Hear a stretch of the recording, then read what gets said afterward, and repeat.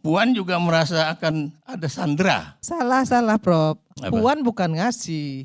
Puan mengatakan ke publik bahwa Pak Betul, Jokowi tidak tidak pernah ada. minta 3 periode. Betul, Itu yang saya bilang. Pernyataan itu buat Makanya saya. tadi saya men-challenge apa yang disampaikan Faisal. Gitu Iya, kenapa Puan melakukan itu? Anak dan itu ibu loh, ini lagi-lagi bicaranya beda loh. Presiden pertama yang diadili dan diseret ke pengadilan adalah Jokowi. Assalamualaikum warahmatullahi wabarakatuh. Teman-teman, balik lagi di channel YouTube gua, Hairun Imam. Nah, di video kali ini kita akan melihat dan mendengarkan bagaimana penjelasan yang sangat luar biasa, singkat, padat, jelas dari Ibu Irma Suryani terkait dengan tuduhan-tuduhan liar yang selalu dialamatkan kepada Pak Jokowi. Apalagi fitnah-fitnah serta adu domba yang selalu menyasar Presiden Jokowi, teman-teman. Ibu Irma ini mencerahkan kita semua bahwa seluruh kerusakan yang terjadi di Indonesia ini bukan salah Pak Jokowi, tapi salah, ini nanti Anda dengarkan sendiri teman-teman ya, kata Ibu Irma ya. Saya agak ragu dan takut untuk menyebutkannya karena Ibu Irma ini kan anggota dewan, teman-teman. Beliau ada perlindungan hukum dan segala macam kalau beliau sedang mengkritik gitu. Dan ini harus Anda dengarkan, harus Anda simak baik-baik agar Anda juga tercerahkan, teman-teman. Oke, tanpa perlu berlama-lama lagi, mari kita simak videonya berikut ini. Bagi kami Partai Nasdem yang selalu memberikan dukungan baik kepada Jokowi maupun kepada Prabowo Gibran tanpa mahar, tanpa syarat, saya kira apa yang disampaikan Pak Jokowi di Kongres Nasdem kemarin adalah sesuatu yang sunatullah. Nggak perlu diributin juga kali. Kenapa kita jadi cemen, cildis, begitu aja dikomentarin gitu. Kapan Indonesia ini akan jadi negara hebat kalau hal-hal kecil aja masih dipersoalkan? Kenapa kita nggak persoalkan hal-hal yang besar? Persatuan dan kesatuan bangsa kita agar ke depan Indonesia ini akan menjadi negara besar. Kenapa hal-hal bau ketek lah yang diomongin? Aduh, saya sampai terus terang, saya ngelihatnya jadi apa ya? Jadi ini kok bangsa ini udah jadi bangsa barbar gitu yang nggak punya etika. Hal-hal kecil loh, hal-hal yang nggak pantas itu diomongin, didiskusikan. Itu benar-benar saya tuh benar-benar bukan orang yang punya pendidikan yang bisa membawa bangsa ini ke depan menjadi lebih baik. Itu yang pertama. Yang kedua, kemarin Pak Jokowi menyampaikan itu dalam rangka bernostalgia dengan Pak Surya Paloh. Dan Pak Surya Paloh mengatakan bahwa sampai terakhir beliau menjabat, Nasdem akan tetap mengawal dan tetap setia untuk mengawal Pak Presiden. Saya selalu menyampaikan begini, pemerintah yang terlalu absolut pasti dia diktator. Tapi oposisi yang tidak negarawan, yang tidak nasionalis, pasti juga destruktif. Karena semuanya nanti apapun yang dibuat oleh pemerintah karena mereka oposisi, pasti semuanya ditolak. Semua dikatakan tidak baik. Dan itu selalu terjadi di Indonesia. Makanya kemarin waktu saya diundang di FISIP UI, saya bilang, kesalahan demi kesalahan yang terjadi di Republik ini, yang harus bertanggung jawab siapa? Partai politik.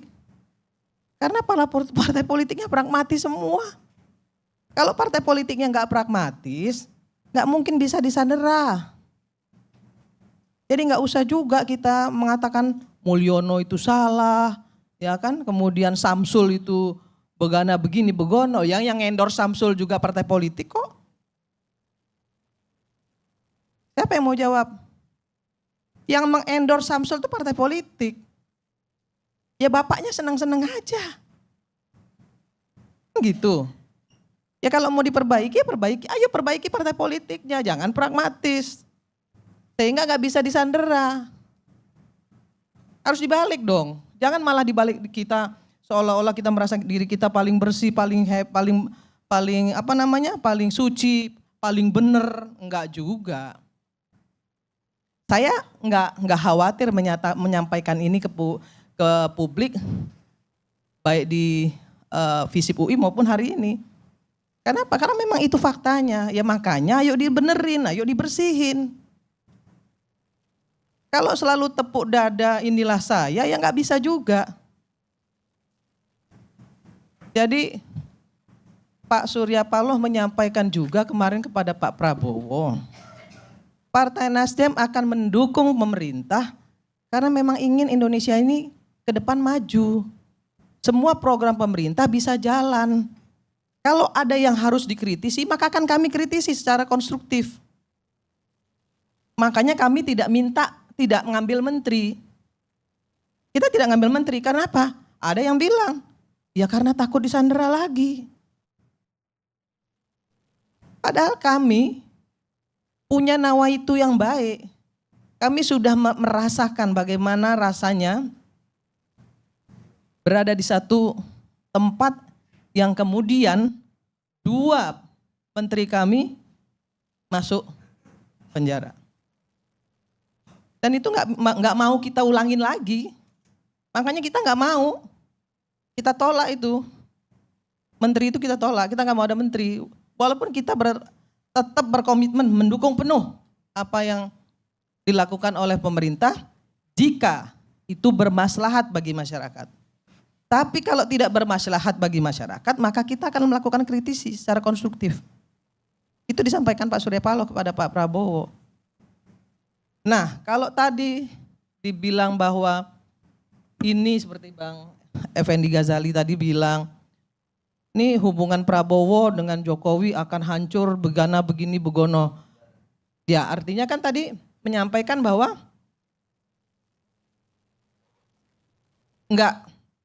Jokowi nggak akan seperti 2 bulan yang lalu misalnya. Kan? Oh, bukan, bahwa masing-masing orang sedang membaca peta yang terjadi dari hari 54. Ya artinya meninggalkanlah ya. Oke. Siapa meninggalkan siapa? Rame-rame meninggalkan Jokowi. Saya aja nggak tahu siapa yang meninggalkan, makanya saya lagi nanya tadi. Ya, Siapa yang meninggalkan siapa gitu. Ya, Tapi pada sisi tertentu kelihatan sekarang misalnya ada yang ditinggalin gitu. Ya. Bukan cuma Jokowi. Ya pengamat politik memang selalu bicaranya bagus. Iya betul. Ya, thank you. Thank you. Jadi menurut you juga, saya ketika Pak Prabowo menyampaikan kepada publik melalui Kongres Nasdem kemarin di Kongres ketiga Partai Nasdem, Pak Prabowo bilang, saya belajar banyak dari Pak Jokowi. Ya kan? Kemudian saya juga berterima kasih atas semua yang sudah Pak Jokowi lakukan untuk Republik ini. Saya berkunjung ke beberapa negara dan semua negara-negara itu menyatakan bahwa Pak Jokowi itu adalah presiden terbaik Indonesia. Itu disampaikan Pak Prabowo di Kongres. Pak Surya Paloh sebelumnya juga menyampaikan bahwa Pak Jokowi itu adalah sahabat Nasdem. Tapi nggak selamanya kami bersepakat. Ada kalanya kami bersepakat, ada kalanya juga kami tidak bersepakat. Karena kami tidak ingin didikte juga. Gitu kan? Tidak ingin didikte. Maka kemudian Pak Surya Paloh secara gentleman, ya dia berani mengusung Anies kemarin. Walaupun ada risiko di situ. Orang pasti berasumsi macam-macam. Pak Surya Paloh bilang silahkan aja mereka berasumsi macam-macam, tapi tujuan kami mendukung Anies itu karena memang Pak Jokowi sudah selesai. Bukan karena tidak mendukung Pak Jokowi lagi. Atau mengatakan Pak Jokowi tidak baik, bukan. Karena memang Pak Jokowi udah selesai. Maka harus ada tokoh baru yang mampu gitu ya, menjalankan roda pemerintahan ini lebih baik lagi dari yang baik. Itu yang disampaikan oleh Pak Surya Paloh kepada Pak Prabowo. Ya jadi menurut saya, udahlah kalau kita ini mau maju, ya jangan ribut terus. Kritik boleh tapi selesai dong gitu ya. Yang jelek-jelek kemarin kata Pak Prabowo, yang jelek-jelek kemarin itu udahlah, hapuslah. Ya. Jadikanlah itu pelajaran dan pengalaman gitu. Kalau mau kita diskusikan sampai titik darah terakhir, ya kan siapa yang salah, siapa yang benar. Kemudian sampai ada yang ngomong pengadilan rakyat dan lain sebagainya. Saya terus terang aja ya, dalam 1 tahun ini saya nggak mau lagi diundang TV, nggak diundang media itu karena saya terlalu muak dengan semua diskusi-diskusi publik yang menurut saya itu tidak mencerminkan sesuatu yang membangun. Semua saling menyalahkan, semua saling membuli, semua saling memfitnah, mengolok-olok satu sama lain. Itu bukan jati diri bangsa Indonesia. Persatuan dan kesatuan bangsa ini lebih penting dari segala hal.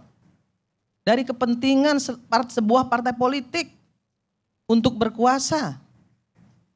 Saya sampaikan juga kok ke partai saya. Saya bicara itu kemarin di FISIP UI. Saya bilang sama Pak Surya Paloh bahwa yang salah itu partai politik. Kenapa partai politiknya pragmatis? Beliau nggak marah, saya nggak dipanggil, nggak dimarahin, nggak ditegur. Artinya apa? Artinya yang saya sampaikan itu menjadi pelajaran bagi kita semua. Kalau saya mau bilang Nasdem nggak pragmatis, nanti diketawain orang juga. Makanya saya selalu bicara apa adanya. Saya tidak mau membenci orang. Karena ini adalah masalah dunia.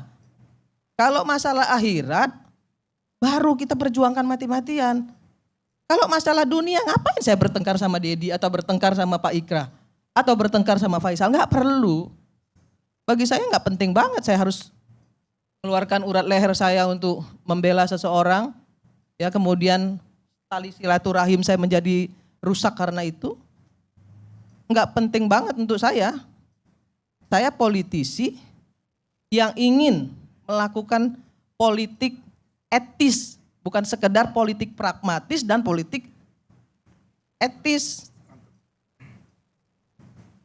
Jadi saya cuman ingin kita semua di sini hari ini berkaca pada diri kita sendiri, apa sih yang udah kita lakukan untuk bangsa dan negara ini? Apa? Tanya pada diri kita sendiri. Kalau kita belum bisa membuat sesuatu untuk bangsa dan negara ini, saya kira juga nggak perlu juga ngata-ngatain orang. Pak Jokowi salah, saya bilang salah, banyak salahnya. Tapi apakah Pak Jokowi kemudian tidak punya kebaikan? Banyak juga kebaikannya. Banyak. Kalau tadi dibilang, Bang Effendi Ghazali, yang demo itu tidak berbanding lurus dengan hasil survei. Ya kan kalau dihitung-hitung kata masyarakat, kata netizen, berapa sih yang demo dan berapa sih yang gak demo? Nanti dihitung-hitung lagi. Ya kan didiskusikan lagi. Kapan selesainya? Saya juga minta nih sama forum rektor. Ini ada 2 RUU loh. 1 RUU perampasan aset, yang kedua RUU PPRT. Apa yang dilakukan forum rektor? Dorong dong DPR untuk mengesahkan itu. Ya. Ayo sampaikan kepada anggota DPR, selesaikan itu RUU. Enggak juga. Jadi saya juga mau bilang apa? Ini forum rektor berpihak kemana nih? Ke rakyat atau politis? Saya berharap sekali forum rektor mendukung RUU PPRT agar penata rumah tangga kita itu terlindungi. Penata rumah tangga itu memberikan devisa negara yang sangat besar untuk bangsa ini. Manila yang namanya Filipina itu, Angku, devisa negaranya itu dari PPRT. Saya bilang kepada Menteri Tenaga Kerja, baru tadi siang sama Bu Ida Fauzia, kalau saja pemerintah fokus pada pendidikan vokasi bagi rakyat Indonesia yang tidak beruntung dalam pendidikan formalnya, kemudian pendidikan itu disesuaikan dengan kebutuhan pasar, SDM yang besar ini dalam bonus demografi ini, kita nggak akan keteteran. Kita kan nggak akan, hutang kita nggak akan sebesar ini. Tapi apa yang kita lakukan? Kan nggak ada juga. DPR sampai hari ini nggak ngesah-ngesahin kok Itu RUU PPRT itu masih di tangan pimpinan DPR kok sampai hari ini. Dan kami Maju Perempuan Indonesia protes karena itu. Apa yang dilakukan DPR? Nggak ada juga. Saya anggota DPR loh. Tapi bagi saya, nggak ada salahnya juga saya mengkritisi DPR. Tapi mengkritisinya juga konstruktif. Kalau kita hanya ingin saling menyalahkan, caci maki, nggak selesai-selesai. Kapan berhentinya? Kapan kita mau membangun negara ini? Kapan kita mau melaksanakan semua program-program pemerintah? Ada yang salah, kritisi. Tapi jangan bakar-bakaran, yang rugi rakyat kok. Masa orang berpendidikan bakar-bakaran? Gak boleh. Gak boleh. Ya kan? Bikin malu. Kalau ada yang tadi bilang merobohkan gerbang DPR, nggak ada masalah. Wong namanya demo itu dilindungi oleh undang-undang kok, boleh. Kalau DPR-nya brengsek juga boleh kok di demo. Dicaci maki pun nggak ada masalah, sepanjang tidak memfitnah. Caci maki aja, memang kondisinya seperti itu. Bayangin ya, ini partai politik ini, yang penting bagi partai politik hari ini dapat kursi, bisa masuk parlemen. Mau pecandu, mau koruptor, mau yang, saya udah gak tahu lagi deh. Yang punya otak, gak punya otak, masuk semua, yang penting bisa bawa kursi. Hancur negara ini kalau yang namanya parlemennya seperti ini. Kan begitu. Perbaiki partai politiknya, perbaiki kaderisasinya. Pilih benar-benar anggota yang benar-benar bagus. Ada aktivis yang bagus, punya otak, mau membangun bangsa ini, nggak punya finansial, ya dorong dong, bantu. Jangan malah anaknya si A, pengusaha si B, masuk semua ke DPR. Nanti sampai di dalam DPR, apa yang terjadi? Cuma jadi follower. Tanya tuh Dedi. Itu nggak, Ded? Follower datang duduk, bawa makanan, dibawain sama asistennya. Duduk aja. Giliran kunjungan kerja cepet. Ya itu isi DPR kalau partai politik nggak memperbaiki. Perbaiki dong. Saya sedih ngelihatnya gitu. Sedih loh aku. Bagaimana kita bisa berharap kalau parlemen kita seperti ini? Apa terus itu yang salah Jokowi juga? Nah teman-teman, itulah tadi beberapa sedikit banyaknya penjelasan dari Ibu Irma Suryani terkait dengan penjabaran persoalan-persoalan yang terjadi di Indonesia teman-teman. Utamanya orang-orang yang selama ini menuduh, memfitnah, mencaci maki Presiden Jokowi, padahal ternyata ya itu bukan sepenuhnya salah Pak Jokowi. Salah yang sebenarnya itu ya partai politik teman-teman. Partai politik yang harusnya bertanggung jawab atas segala kerusakan ini. Karena ya mereka yang berhak, mereka yang punya power, mereka yang punya tiket untuk memajukan calon-calon kepala daerah, presiden dan segala macam teman-teman. Dan juga Ibu Irma tadi menjelaskan yang juga sangat baik teman-teman. Terkait dengan kenapa partai politik bisa disetir, bisa dipegang, bisa disandra. Ibu Irma menjelaskan bahwa ya kalau partai politik tidak pragmatis, mungkin dalam artian partai politik ini tidak bermain-main dengan korupsi, tidak bermain-main dengan anggaran negara, mereka bekerja dengan baik, mereka bekerja untuk rakyat, tidak korupsi, tidak melakukan hal-hal yang bertentangan dengan hukum, ya apa yang bisa disetir, apa yang bisa dipegang, apa yang bisa ini teman-teman disandra gitu.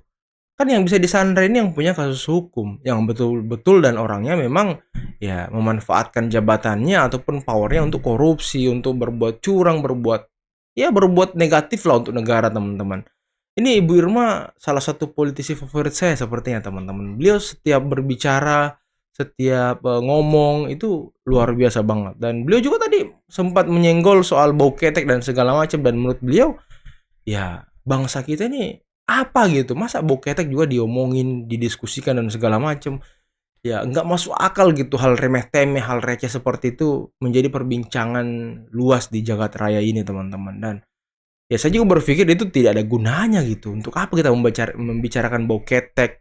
Kenapa kita tidak membicarakan yang isu-isu yang sedang hangat seperti mungkin undang-undang perampasan aset dan undang-undang apa tadi itu yang disebutkan sama Bu Irma soal perempuan dan segala macam. Wah, ini sangat luar biasa Bu Irma. Kalau kalian sepakat Ibu Irma salah satu politisi terbaik di Indonesia, coba komen di bawah teman-teman ya. Oke, mungkin cukup sekian dulu video kali ini. Jangan lupa like, subscribe, dan share videonya. Akhir kata, billahi taufiq wal hidayah. Wassalamualaikum warahmatullahi wabarakatuh. Bye-bye.